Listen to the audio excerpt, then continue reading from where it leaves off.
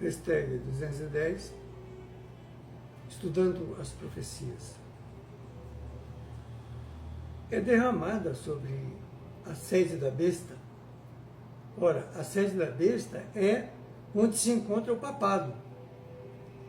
E tem sido, e sem dúvida continuará a ser, a cidade de Roma. Seu reino provavelmente abrange todos os seus súditos, sob o ponto de vista eclesiástico, onde quer que se encontre.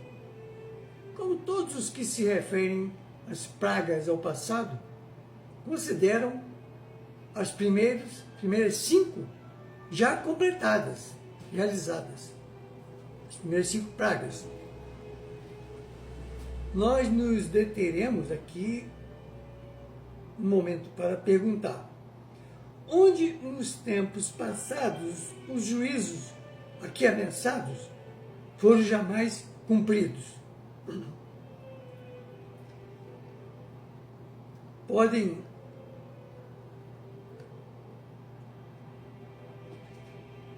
Juízos são terríveis, né? Serem infligidos e ninguém ter conhecimento deles.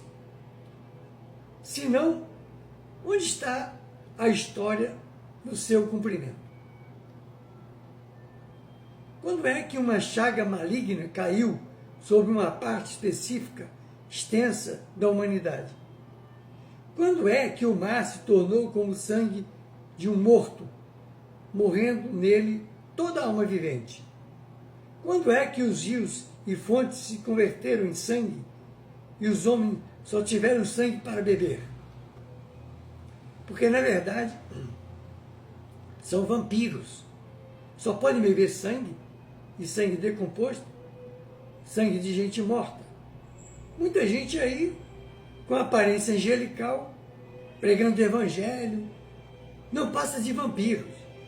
Apenas bebe um sangue assim espiritual das suas vítimas. Bom, todos esses estão jogando com a sua própria sorte, esquecidos de uma lei divina enunciada por São Paulo apóstolo aos Gálatas, capítulo 6, versículos 7 e 8. Não erreis, Deus não se deixa escarnecer, porque tudo o que o homem semear, isto também se fará. Porque o que semeia na sua carne, da carne se fará a corrupção, mas o que semeia no Espírito, o Espírito se fará a vida eterna. É a lei. Quando é que os súditos da besta morderam as suas línguas de dor? Blasfemaram de Deus por causa destas chagas, mas não se arrependeram das suas más obras. Não é verdade? Como são empedernidos corações de granito, cabeças de martelo.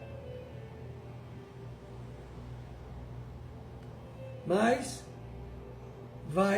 pouco a pouco eles vão caindo de joelho, chorando como crianças, os valentões da vida, os machões. Onde é que está o poder? A 6ª praga, capítulo 16 do Apocalipse, né? Versículo 12 a 16. O 6º anjo derramou a sua taça sobre o grande rio Eufrates, e as suas águas secou-se, para que se preparasse o caminho dos reis que vem do Oriente. E da boca do dragão, e da boca da besta, e da boca do falso profeta, saíram 3 espíritos imundos, semelhantes a rãs, pois são espíritos de demônios, que operam sinais, os quais vão ao encontro dos reis de todo mundo para os congregar para a batalha do grande dia do Deus Todo-Poderoso. Eis que venho como ladrão, bem-aventurado aqueles que vigiam e guardam suas vestes, para que não ande nu, e não se veja a sua nudez, E eles os congregaram num lugar em que em hebraico se chama Armagedon. Os congregaram no lugar em que o hebreu se chama, em hebreu, Armagedon.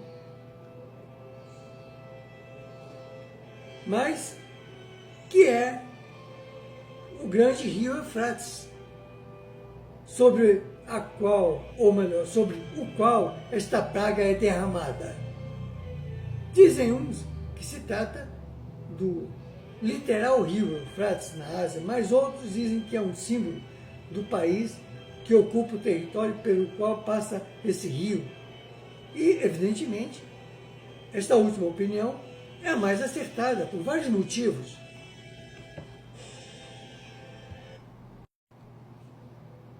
Primeiro, seria difícil ver o que é que se ganharia com secar o rio Eufrates, visto que não ofereceria nenhum obstáculo grave ao progresso de um exército em marcha. Então, o rio Eufrates está secando lá, porque a Turquia fez umas contenções de água lá em cima, mas vamos entender o desenvolvimento disso aqui.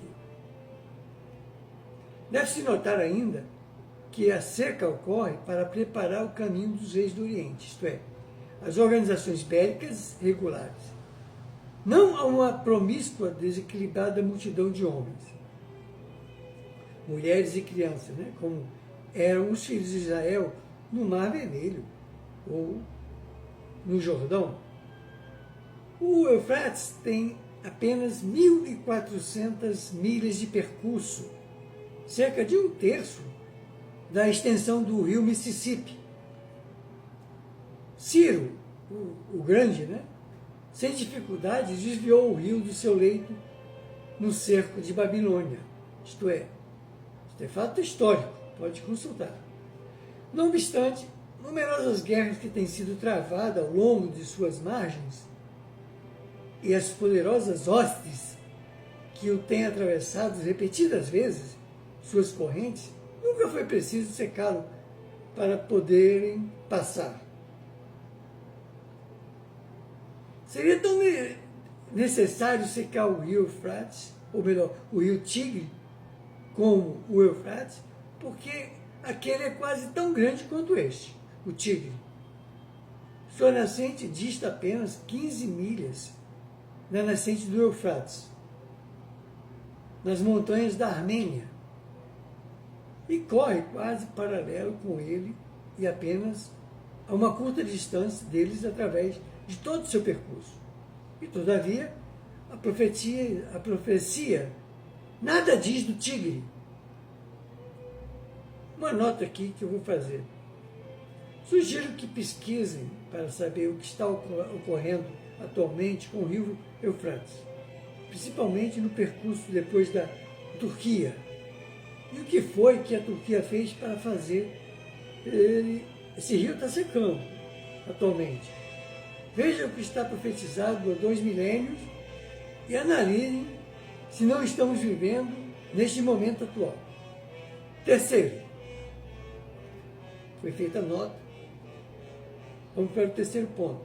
A secagem, que parecia apenas literal dos rios, vejam se não está sendo real e tem lugar com a 4ª praga, em que é dado poder ao sol para abrasar os homens com fogo.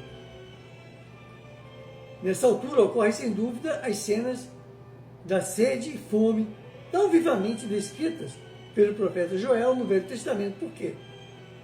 A agricultura precisa de água para produzir comida, alimento. A Bíblia Sagrada, no capítulo 1, versículo 14 e 20, em Joel, como resultado delas, expressamente se afirma que os rios secaram. Vamos para a próxima hashtag e nós voltaremos a esse pedaço aqui para continuar.